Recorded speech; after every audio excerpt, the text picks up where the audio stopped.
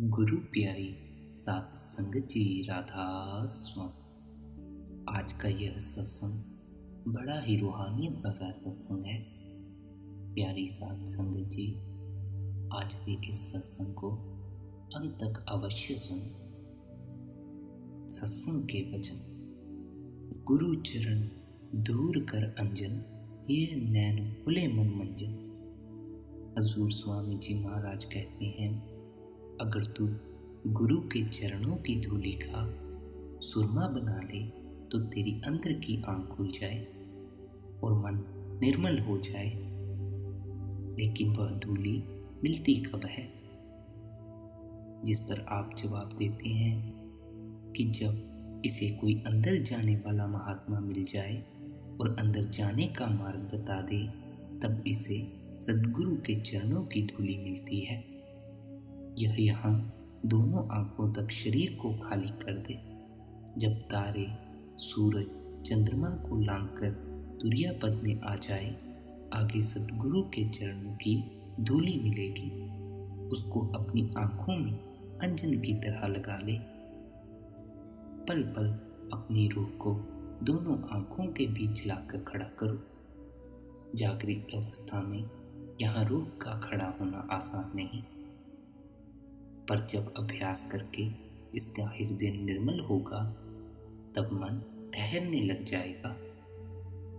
जब पर्दा खुल जाएगा तो अंदर रोशनी हो जाएगी। नया संसार दिखाई देगा। यह संसार नाशवान है, हाल में फना है। जहां हम अभी रह रहे हैं, वह अंदर का संसार अविनाशी है, कभी नाश नहीं होता। अंतर में वह जो नूर या प्रकाश है, वही संतों के चरणों की धूलि है। गुरु अर्जुन देव जी कहते हैं, ऐ मालिक, मुझे संतों की उस धूलि में ले जा। अंदर जो गुरु का स्वरूप है, उसके चरण के एक नाखून में करोड़ों हीरे जवाहरातों से ज्यादा प्रकाश है। गुरु अर्जुन देव जी कहते हैं, जब तुम अभ्यास करके गुरु को अंदर प्रत्यक्ष कर लोगे, फिर वह हर वक्त तुम्हारे साथ है। वह कभी भी फिर तुम्हारा साथ नहीं छोड़ता।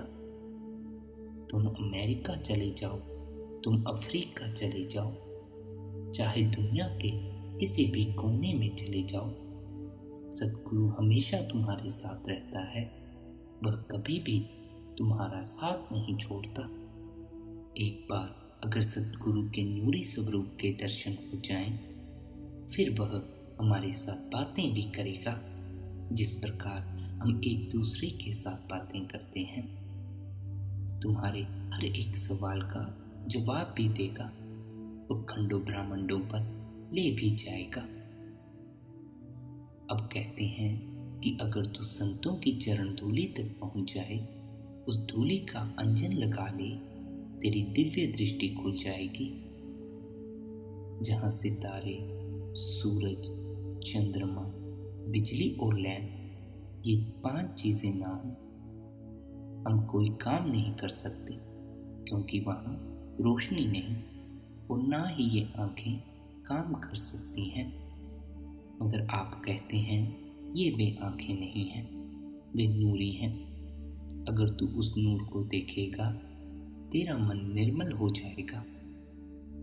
यह कोई कठिन बात नहीं है, चाहो तो करके देख लो। सरल से सरल मार्ग है। सत्संग में कई बहनें और कई भाई होंगे, जिनकी हर वक्त सद्गुरु के साथ लिप जुड़ी हुई है, जिनका पर्दा खुल चुका है। कोई कठिन बात नहीं, प्यार और प्रेम का मार्ग है। बिना प्रेम के इस पर नहीं चला जा सकता। आगे आप फरमाते हैं, जब से दुनिया बनी है, करोड़ों प्रलय और महाप्रलय हो चुके हैं। हम तभी से यहाँ आए हुए हैं। ये जितने भी बैठे हुए हैं, इन्हें घर जाने का रास्ता नहीं मिला। जिसे घर जाने का रास्ता मिल जाए, वह फिर यहाँ क्यों आए?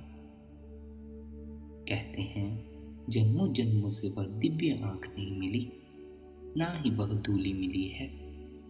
अगर उन चरणों की धूली मिल जाए तो जन्मों जन्मों का अंधेरा दूर हो जाता है। आगे आप कहते हैं, सद्गुरु हमें नाम की बख्शिश करता है।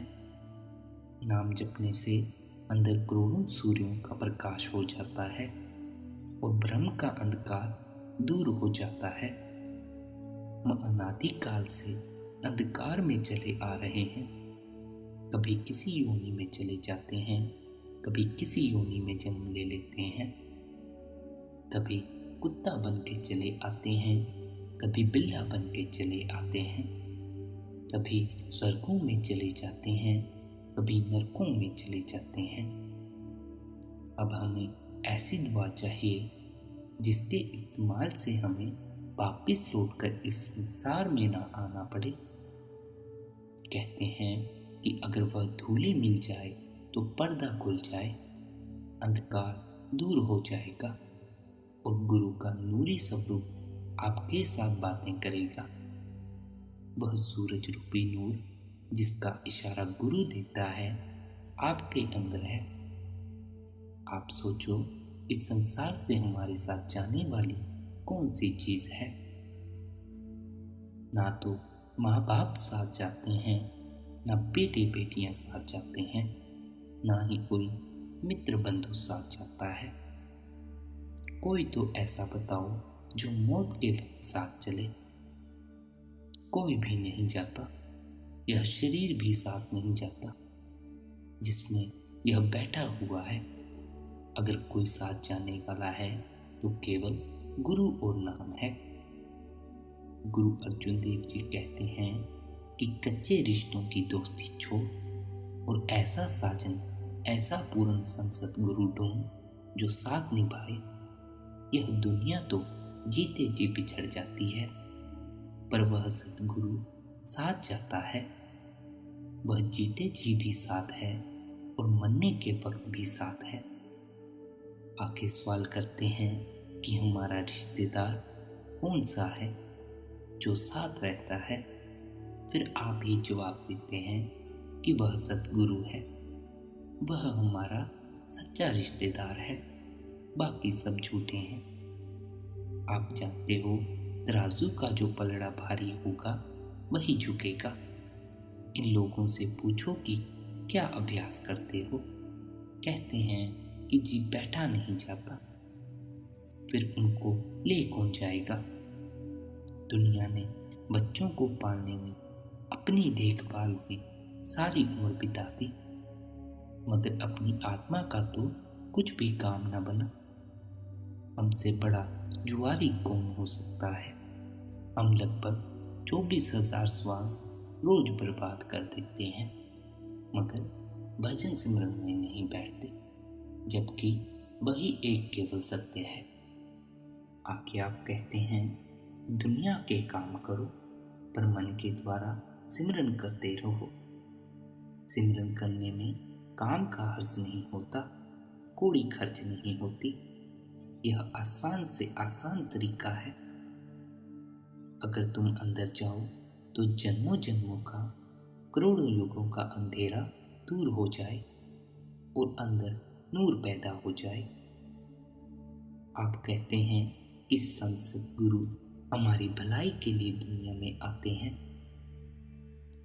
वे हमसे कौड़ी तक नहीं मांगते, बल्कि कहते हैं कि अपनी अपनी कौम मजहब में रहते हुए पर्दा खोल लो। वे अपनी मेहनत करते हैं और अपना खाकर गुजारा करते हैं। वे हमसे एक पैसा भी नहीं लेते। वह सिर्फ कहते हैं कि नाम जप कर पर्दा खोलो। जब जब महात्मा आए, वे हमारा जन्म मरण समाप्त करने के लिए आए, मगर लोग उनकी निंदा करते हैं, उनका विरोध करते हैं। हजरत ईसा को सूली पर चढ़ा दिया, मंसूर को सूली पर चढ़ा दिया, शम्स तबरेज की खाल खींच ली, गुरु नानक देव जी से चक्कियां पिसवाई और बोझे उठवाए, गुरु अर्जुन देव जी को तपते हुए तवे पर बिठाया। वे हमें बचाने के लिए आए, मगर बदले में हमने उन्हें दुख ही दुख दिया। हमने कितने पाप किए हम विचार तक नहीं करते। आगे आप फरमाते हैं, मेरे हृदय प्रेम बढ़ावन, पल पल में उमंग समावन। जब गुरु भक्ति पूर्ण हो जाती है तो सतगुरु हर वक्त सामने रहता है। इसके बाद नाम भक्ति शुरू होती है। फिर सवाल पैदा हुआ कि नाम भक्ति क्या होती है, जिस पर आप जवाब देते हैं, सूरत अथवा आत्मा को शब्द के साथ जोड़ना नाम भक्ति है। सतगुरु ने इसकी सूरत को नाम के साथ जोड़ दिया। अब आनंद और प्रकाश है, जिसे देख देख कर आत्मा बहुत खुश होती है। अब नई नई लज्जत, नई नई लीला, नए नए दर्शन जो कभी देखे नहीं अंदर आ गए। खुशी और प्रेम प्यार बढ़ने लग गया। आगे आप फरमाते हैं, जब आत्मा तुर्यापद यानी सहस्रदल कब्र में पहुंची, जिसे मुसलमान फकीर मकामे अल्लाह कहते हैं, वहां 1000 बत्ती की जोत देखी। बेशुमार ऋषि मुनि उस नूर के परवाने बने बैठे हैं, यानी उस प्रकाश में लीन हुए बैठे हैं। बाहर की जोत जला देती है, मगर वह जोत कभी नहीं जलाती। गुरु गोविंद सिंह जी कहते हैं कि जब तक इसके अंदर जोत प्रकट ना हो यह खालसा नहीं। सहस्रदल कवल को लाकर आत्मा ब्रह्म में आ गए। वहां गुरु का नूरी स्वरूप नहीं है, वहां उसका स्वरूप कुछ और ही है।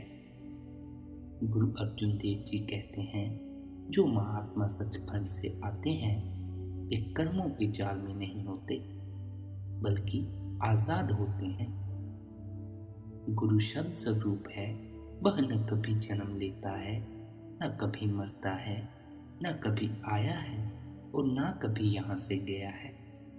जब तक हम इस स्थूल देश में स्थूल शरीर में हैं, गुरु का रूप स्थूल है। जब हम सूक्ष्म देश में जाएंगे तो वहाँ गुरु का रूप सूक्ष्म है। कारण देश में कारण है, और जब सचखंड में जाएंगे तो गुरु का स्वरूप शब्द है। हम जिस अवस्था में होते हैं वह हमारे लिए वही रूप धारण करता है। उसका असली स्वरूप शब्द या नाम है। आगे आप फरमाते हैं, संत महात्मा उस परमात्मा के भेजे हुए आते हैं। कभी गुरु नानक बनकर आ गए, कभी कबीर साहिब बनकर आ गए, तो कभी कोई और संत महात्मा बनकर आ गए। संत हर युग में आते रहे हैं और आते ही रहेंगे। सतयुग में भी संत महात्मा थे, त्रेता में भी थे, द्वापर में भी थे, कलयुग में भी हैं और आगे भी आते रहेंगे। क्योंकि कलयुग में घोर पाप हो रहे हैं, इसलिए संत कलयुग में ज्यादा आते हैं। जो जीव जन्मों जन्मों से भूले हुए ठोकरे खा रहे हैं, संत महात्मा उनको चिताने और राह दिखाने के लिए आते हैं। वे कहते हैं कि तेरा देश सचखंड है, तेरी कौम सतनाम है, तू नाम जप कर अंदर चढ़ाई शुरू कर दे। वे कोई नया मजहब नहीं बनाते और ना ही उन्हें मजहबों की कोई ज़रूरत है। मजहब तो पहले से ही बहुत सारे बने हुए हैं। चाहे कोई हिंदू है, चाहे कोई मुसलमान है, या चाहे किसी और कौम का है, उनकी शिक्षा सारे संसार के लिए एक समान है। उनका मकसद तो जीव को इस संसार से निकालना है। आगे आप कहते हैं, गुरु की बड़ाई, गुरु की महिमा क्या करें, उसका तो वर्णन भी नहीं किया जा सकता। हाँ, हम इतना कह सकते हैं कि वे चोरों, ठगों तथा बड़े बड़े पापियों को भी गले लगा लेते हैं। वे हमारी मैल की जरा भी परवाह नहीं करते। अगर धोबी के पास तेली या हलवाई का कपड़ा आ जाए वह धोने से इनकार तो नहीं करता। वह कहता है कि एक भट्टी ना सही, 2 भट्टियां सही, मैं साफ कर लूंगा। अमीर का कपड़ा एक भट्टी में साफ हो गया, गरीब का 2-4 भट्टियों में साफ हो जाएगा। आप कहते हैं कि मालिक अलग अलग भेष बदलकर हमारे जैसा बनकर हमारे जैसे चोरों, ठगों, दुराचारियों और नशाखोरों को सीधे रास्ते पर लगा देता है और कहता है कि इस राह पर चलो। मतलब यह कि संतों को सब कुछ करना पड़ता है। उनका उद्देश्य सिर्फ यही होता है कि शिष्य पाप छोड़ दे। श्री गुरु गोविंद सिंह जी एक बार चोरों के एक गांव में गए। आपने वहां के लोगों से कहा कि तुम यह काम छोड़ दो। उन्होंने कहा कि हमसे यह नहीं छूट सकता। गुरु साहिब ने कहा, अच्छा चोरी करो, मगर सूची बनाते जाओ कि इतनी बार चोरी की है। उन्होंने मंजूर कर लिया। अब जब सूची बन गई तो उन्हें शर्म आने लगी। कहने लगे कि अब तो सूची बन गई है, पर आगे से ना तो हम चोरी करेंगे और ना ही सूची बनेगी। धीरे धीरे सबने चोरी छोड़ दी और महात्मा बन गए। सो स्वामी जी महाराज कहते हैं, सतगुरु की क्या महिमा करें। वह नीच से नीच और पापी से पापी जीवों को भी गले से लगा लेते हैं। आगे आप फरमाते हैं, मन माया सोर चलावन, ठोकर दे दूर करावन। जब संत आते हैं, माया और काल का जाल उल्टा पड़ जाता है, यानी उनको घाटा पड़ जाता है, क्योंकि काल नई रूहें नहीं बना सकता। आत्मा सतनाम की अंश है। जब दुनिया बनी, सतपुरुष ने खास संख्या में आत्माएं काल के हवाले कर दी। काल की कोशिश है कि कोई भी आत्मा उसका देश छोड़कर सचखंड न चली जाए। उसने अपने देश को आबाद रखने के लिए आत्मा पर तन और मन का पिंजरा डालकर उसे दुनिया रूपी जेल खाने में कैद, उसे यहीं भुलाए रखने की काफी सामग्री बनाई है, ताकि जो जीव इस दुनिया रूपी जेल खाने में कैद हैं वे यहाँ से ना निकले। जब संत आते हैं तो वे इन भुलाने वाली ताकतों, माया और ममता को ठोकर मारते हैं और रूहों को अपने साथ लेकर मालिक से मिला देते हैं। काल का देश उजड़ता है, इसलिए वह जीवों के द्वारा संतों को दुख देता है। गुरु नानक देव जी से भोजे उठवाए, गुरु अंगद देव जी को शहर से बाहर निकाल दिया, गुरु अर्जुन देव जी को तपते हुए तवे पर बिठाया, मंसूर को सूली पर चढ़ा दिया। इसी तरह कई और महात्माओं को भी कष्ट दिए गए, परंतु उन्होंने परवाह नहीं की। वे उन्हें कष्ट ही देते रहे। आगे आप फरमाते हैं कि संतों का क्या असूल है, जिस पर आप ही जवाब देते हैं कि हम दासों के दास हैं। तुलसी साहिब, कबीर साहिब तथा अन्य सभी महात्माओं का यही भाव रहा है। सारा ग्रंथ साहिब पढ़कर देखो, गुरु नानक देव जी ने कहीं नहीं कहा कि मैं गुरु हूँ। इसी तरह और महात्माओं ने जिनकी वाणी ग्रंथ साहिब में आई है, कब कहा है कि हम संत हैं। जब तक शरीर में रहते हैं यह नहीं कहते कि हम गुरु हैं। वे दीनता और नम्रता रखते हैं, मगर हमारे अंदर वह प्यार नहीं है। गुरु रामदास जी से गुरु नानक देव जी के लड़कों ने पूछा, यह लंबी लंबी दाढ़ी क्यों बढ़ा रखी है? गुरु साहिब ने उत्तर दिया, आपके चरण पहुंचने के लिए।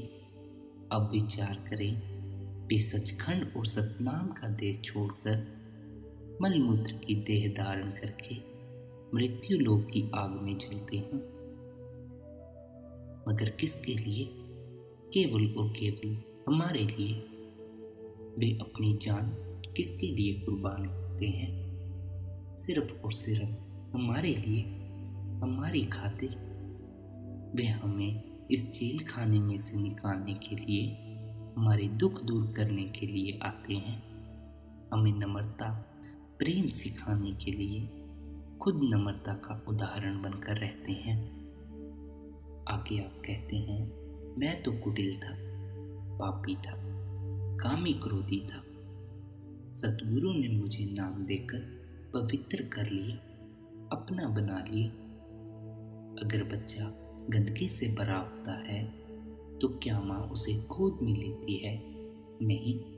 इस तरह अगर शिष्य पर काम, क्रोध आदि की मैल लगी हुई है तो सतगुरु उसे किस प्रकार गोद में ले? इसमें शक नहीं कि मौत के वक्त सतगुरु शिष्य की संभाल करेगा, मगर जब तक लड़का पढ़ता नहीं, पास भी नहीं हो सकता। इसी प्रकार जब तक यह अपने अंतःकरण को निर्मल नहीं करता, इसकी रहनी ठीक नहीं, तब तक इसे जीते जी कुछ नहीं मिलता। जब हृदय पवित्र हो गया, आचरण शुद्ध हो गया, हर वक्त हर पल संभाल करने वाला सतगुरु है। बिना सतगुरु और बिना कमाई के अहंकार फजूल है। गुरु नानक देव जी कहते हैं, जिनमें शब्द का गुण नहीं और वे गुण का अहंकार करते हैं, वे गधे हैं। आखिर में आप फरमाते हैं, यह मनुष्य जन्म जितावन, गुरु रूप लखा मन भावन। अगर सचखंड में जाकर गुरु के रूप का नूर देखो तो करोड़ों सूर्य, करोड़ों चंद्रमा उसके एक रोम के आगे शर्मिंदा होते हैं। देखो कितना परोपकार है। वे हमारे लिए मलमूत्र की देह धारण करते हैं, संसार के ताने और उलाहने सहते हैं। वे जीवों को चिताते हुए कहते हैं कि नाम जपो, शब्द की कमाई करो, चलो अंदर की चढ़ाई करो, ऊपर की ओर चलो, तुम्हें तुम्हारे घर सचखंड ले चले। संत महात्माओं में कितनी दयालुता भरी होती है। वे दयालुता और प्रेम के भंडार होते हैं। इसलिए हमारा फर्ज बनता है कि हम नाम की कमाई करके, शब्द की कमाई करके अपने आप को सतगुरु में समा जाने के काबिल बनाएं। राधा स्वामी जी।